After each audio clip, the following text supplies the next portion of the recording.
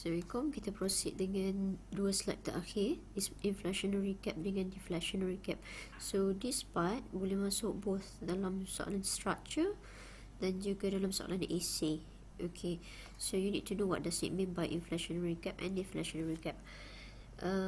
First of all, kita kena tahu maksud full employment. Hopefully you ingat lagi masa kita belajar chapter 1, full employment bukan everybody is working, tapi it means that all the factors of production and labor capital entrepreneur we use efficiently to produce output for the betterment of the economy. Okay, so full employment refers to the level of real output associated with the full use of the factors of production. So national income or output may or may not reach full employment. So every country can the objective is to get full employment. The thing is, kita maybe akan dapat capai ataupun tidak dapat capai lah. Okay, so Kim believes this happened accidentally rather than a norm. Equilibrium national income is reached either with substantial inflation or considerable unemployment, known as inflationary gap or deflationary gap. So kalau kita terlebih daripada sepatutnya, kita akan ada masalah inflationary gap. Meaning that supposedly negara kita full employment at 5,000 million. All of a sudden, after we have done our calculation, we got 5,000 and more than 5,000 million. So meaning that it reached beyond our full employment level. So kenapa kita boleh capai lebih tinggi daripada sepatutnya full employment tu? Itu bermaksud bahawa our country at that current time kita ada masalah inflationary. Kita ada inflation because of the price of the product in the country is very high. That's why kita dapat national income very high masa tu. Well, if we got deflationary gap pula, kita under target. Supposedly kita ada target full employment kita, but kita tak berjaya mencapainya. Tu kita panggil deflationary gap. So deflationary gap ni terbalik inflationary gap lah. Kalau ingat lagi business cycle, kalau inflationary tu berlaku dekat peak. Okay, I'll try to find the business cycle again.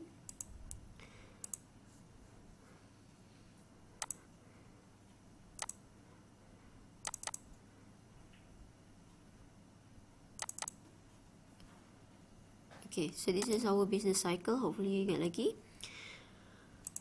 At peak, right? With the economic boom, the economy is performing very well. We have the full employment. So meaning that all the labor, land labor, capital entrepreneur are used efficiently to produce goods. So the country is being very efficient. Okay, so the problem here, people has too much money. And because people has too much money, the demand curve, the aggregate demand curve shift to the right, causing the general price level to increase, and we will have the problem of high inflation at this current time. Itu yang kita panggil inflationary gap. So inflationary gap akan berlaku dekat peak, where our country is performing very well, but it is overestimating of the economy. While untuk deflationary gap pula, dia berlaku dekat true kat belah bawah ni. Okay, kita ada economic down. Masa tu the economy is not doing well. Many business go down, and then people are not hired. The unemployment rate is very high. So when people don't have work, what will they do? They don't have money, they won't spend. So sebab itulah ekonomi tak berjalan kan. Here inflation rate the opposite of the peak. Here our inflation rate is very low.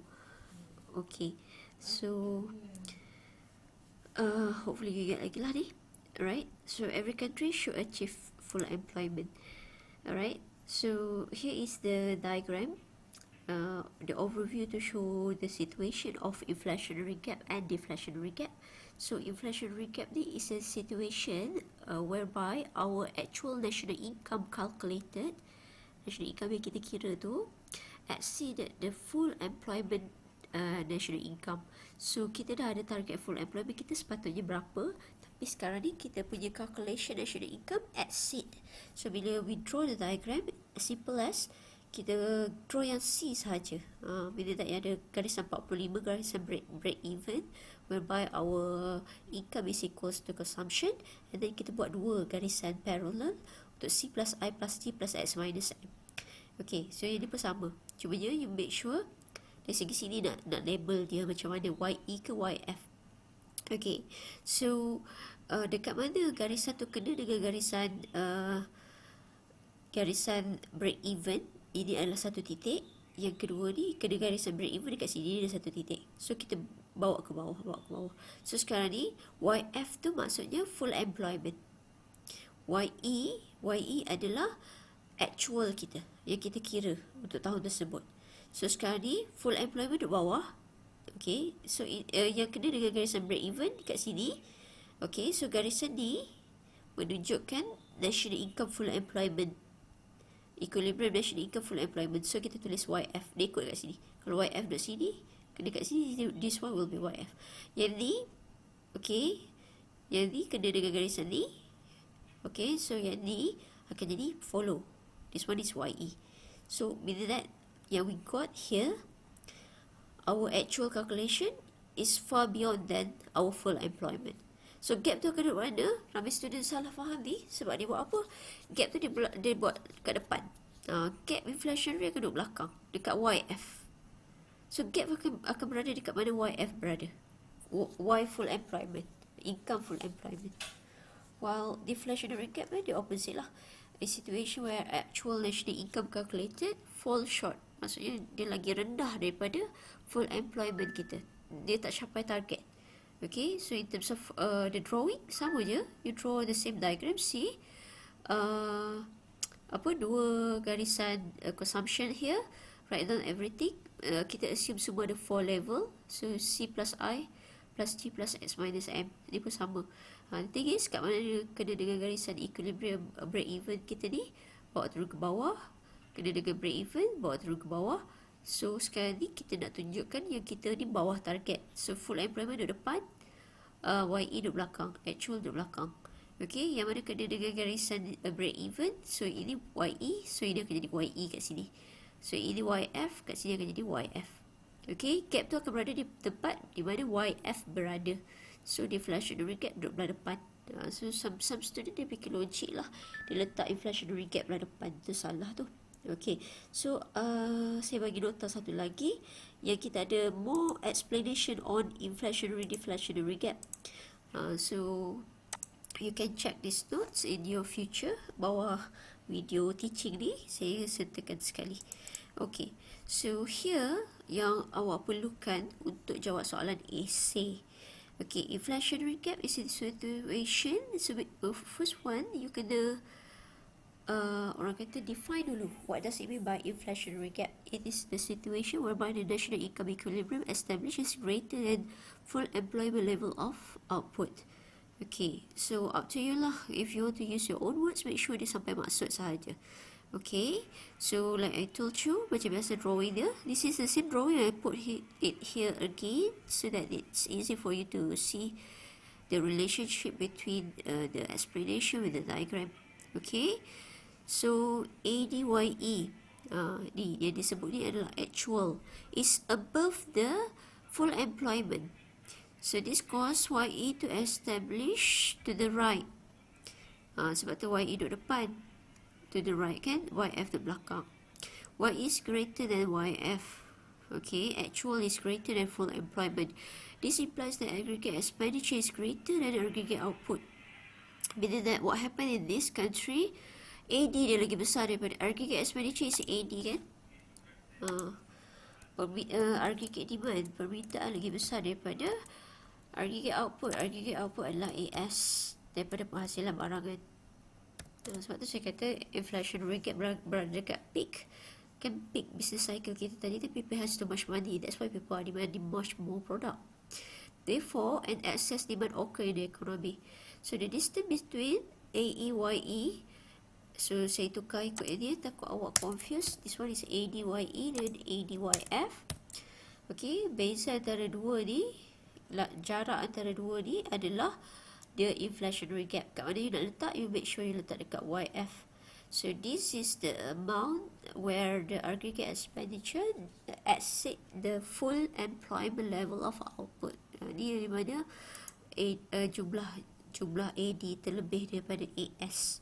So this is a problem because kita kan nak equilibrium AD supposed to be equals to AS kan. So the government need to do something to solve this problem.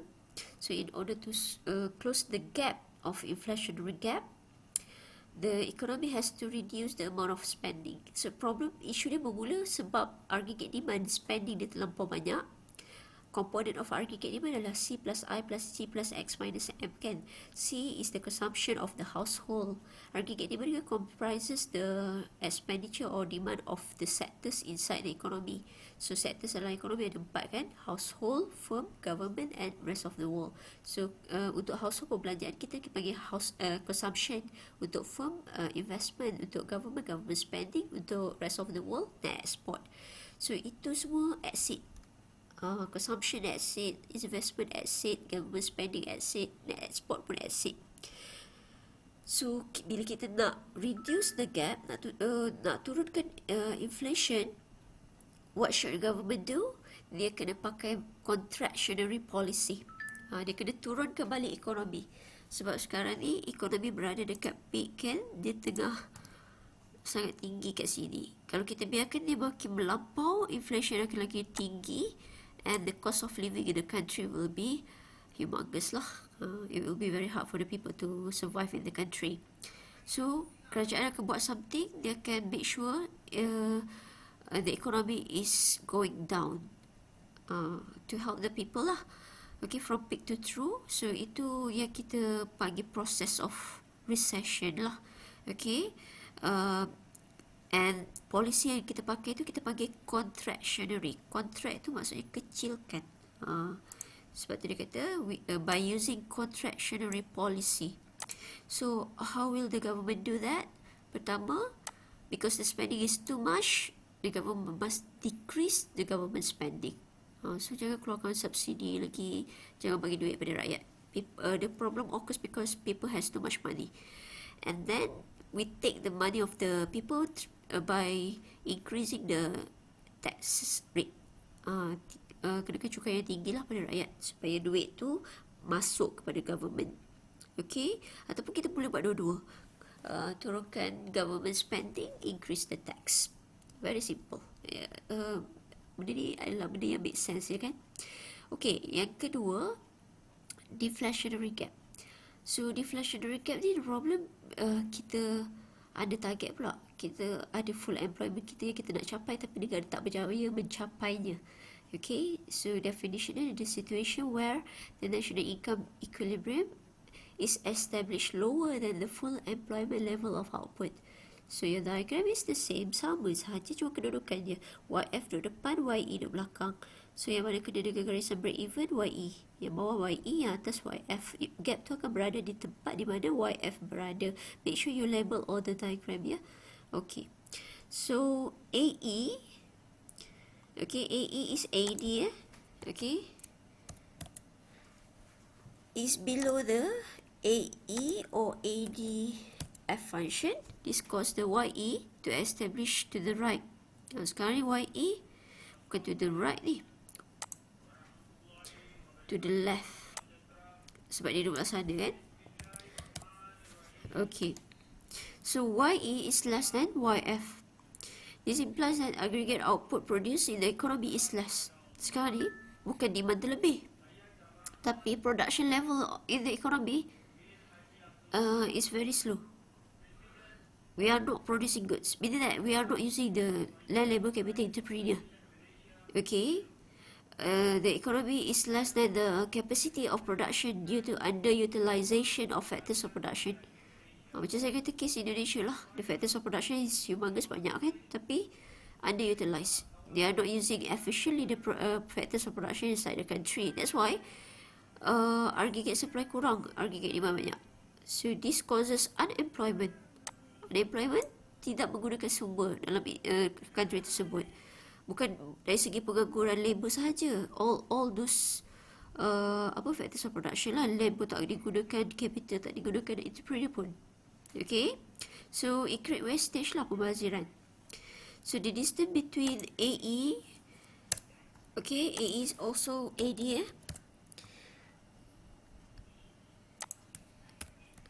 is known as the deflationary gap. Okay, base antara dua ni adalah deflationary gap. Dia akan berada dekat YF. Okay, and then this is the amount that the aggregate expenditure of spending falls short that cause a low level of aggregate output. Okay, and in order to close the gap, dia terbalik tadi. Kalau tadi kita kena sebab sekarang ni untuk shows the deflationary gap, kita berada dekat true economic down, high unemployment because the resources are not used efficiently, people has no money. So how to solve the problem? Government kena pakai expansionary policy, kembangkan balik ekonomi. Kita nak tingkatkan balik ekonomi from here to here, recovery, naik daripada turun daripada duduk kat true, kita nak naik ke peak. Okay, so here what happened? What will the government do? Kita akan increasekan the government spending. So government akan bagi lebih banyak subsidi, bagi banyak duit bantuan, because the problem start people don't have money. Macam sekarang lah zaman corona ni. Okay, and the government will also decrease the taxes to avoid being a burden to the people, so that people has money to spend and aggregate demand akan meningkat. Ataupun dia akan buat dua-dua, increase G and decrease T. G is government spending, T is tax. Okay, so this one is very simple. Dia kalau keluar pun, kalau yang full macam ni, dia akan keluar bahagian AC. So kita tengok soalan kalau AC question. Okay, this one.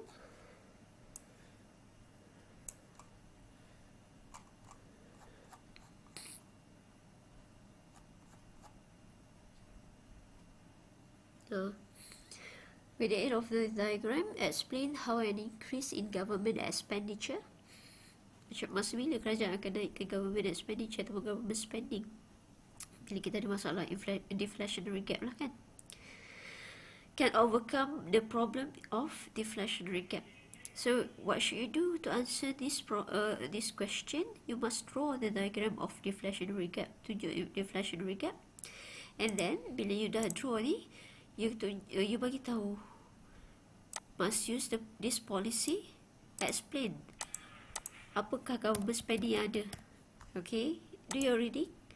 Apakah jenis tax cut yang government boleh buat? Do your reading. Okay, and then you tunjuk anak panah. Bila government do the increase in G and reduction in X in tax, this one YE function will start to rise and we will achieve our full employment. Itulah cara nak close the gap. Okay, so lagi soalan.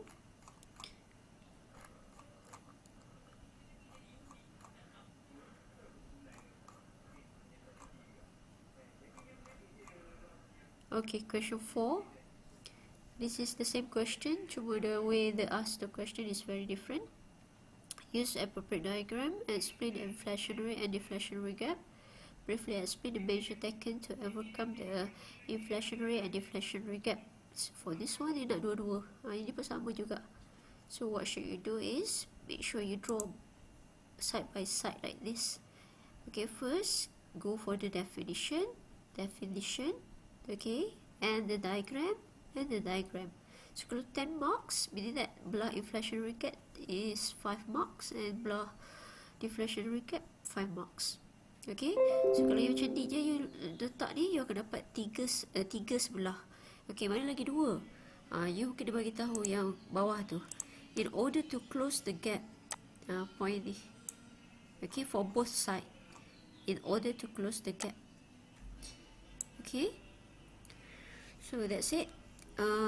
Kalau dalam soalan structure, soalan macam mana dia akan masuk,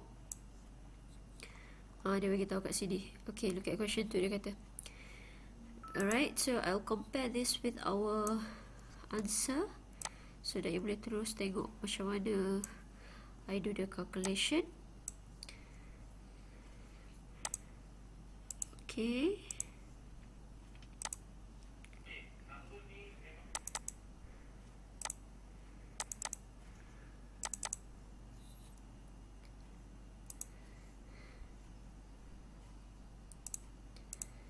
Okay, question 3, right? Question 2. Okay, dia bagi tahu if the full employment income level is 5,000. So sekarang ni bagi tahu, sekarang ni sepatutnya negara tu kena capai YF dia 5,000 million. Dia ada bagi tahu tak? Oh, tak ada. Tapi it's okay. Dari segi unit tu is okay. 5,000 je lah, ikut je soalan dia. Lepas tu dia kata, is there a recessionary or recessionary ni nama lain bagi deflationary gap. Sebab kan kalau business cycle kan going down from peak to through tu kan kita panggil recession. So turun ke bawah ni kita akan jumpa inflationary gap. So dia boleh juga panggil sebagai recessionary. Okay, so dia kata kat situ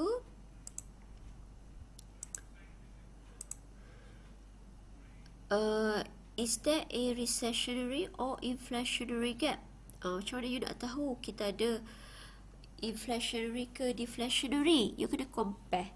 Tadi kan you kira in the first place dia suruh calculate the income equilibrium level of national income for this economy. So A tu you dah calculate. So YE dia adalah 3667.5. So this is the YE actual yang kita achieve for the country. Tapi target negara is to get 5,000. This is YF. Okay, so saya compare. YF is 5,000, YE is 3,667.5. So our YF is bigger than YE. Bila nak kita under target lah, which is we have the problems of deflationary or recessionary gap. Itu you kena bagi tahu. Lepas tu dia kata illustrate this situation with a diagram. So you must draw. Kalau dalam soalan structure, memang dia akan suruh you illustrate macam mana deflationary gap. Mudah je. Paksi XY, buat garisan break even, lepas tu garis 2. Dan tulis C plus I plus G. Kenapa saya tak ada X minus M kat sini? Sebab soalan dia up until 3 sector sahaja kan. Ada C, I, G je. Tak ada X minus M. Sebab tu saya tak C plus I plus G je.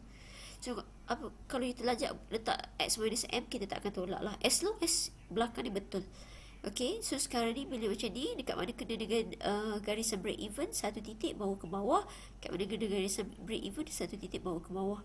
Okay, so full employment duduk depan, 5,000 duduk depan, 3,667.5 duduk belakang. Gap tu akan berada di mana YF berada. So deflationary gap. So make sure yang mana kena di YF, kat sini adalah YF. Ini YE, so kat sini adalah YE. Okay, and then lepas tu mesti dia tanya soalan ni. Kalau ada soalan pasal inflationary deflationary gap, confirm dia akan tanya soalan ni. Determine the change in government expenditure required to achieve full employment. Sebab sekarang kita ada target kan. So macam mana kita nak achieve full employment tersebut?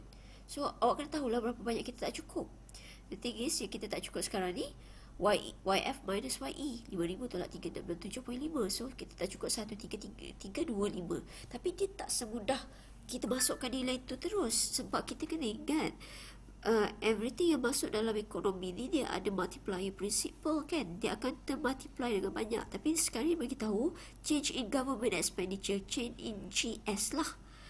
So you kena cari government ni dia akan multiply banyak mana. Cari KG dulu. So formula KG 1/MPS. Sebab apa? T adalah autonomous tax. So kita pakai formula biasa je. So MPS kat berapa? Sebab MPC ada kan, nilai MPC dia 0.6, MPS adalah 0.4. Mean that dia akan naik 2.5 kali ganda. So kalau you naikkan nilai ni, masukkan nilai ni terus, dia akan naik 2.5 kali ganda. Lebih lagi lah kita akan dapat daripada 5,000. So jangan terus letak nilai itu dulu. So macam mana tu, you kena tahu nilai sebenar dia. G kena bahagi dengan KG dulu. G yang you dapat ni kena bagi dengan KG. So 533 je yang you perlu masukkan dalam ekonomi. Barulah you boleh achieve 5,000. Bukan 1,332.5. Sebab kalau you masukkan nilai ni, dia akan berganda sebanyak 2.5 kali ganda. Darab balik. Kalau 533 darab 2.5, you akan dapat 1,332.5. Then you can achieve your equilibrium. So you boleh test. Nak tengok betul ke tak So your test is C plus I plus G, right? So G asal kita adalah 700. Suppose kita kena tambah dengan 533. 700 plus 533. So 1233. Okay. So 600 is I. GC plus 0.6 YD kurung sebab kita ada tax minus dengan tax 55. Okay, solve this equation and then you dapat Y equals to 5,000. Betul lah you kena masuk 533. Jangan masukkan 1332.5. Kalau you masuk 1332.5, nilai kat sini akan jadi lebih. Dia kita akan dapat YF. Okay, so we have few more question like that. Okay, for example, question 4. Please try. You already have my answer there. Tapi before you tengok jawapan saya tu, tolong cuba dulu. For example, question 6 pun also ada. And then dia beritahu berapa banyak kita kena dapatkan, kena tukar untuk dapatkan kita kena tambah untuk dapatkan close the gap. Okay, so that's it. If you have any question, please ask.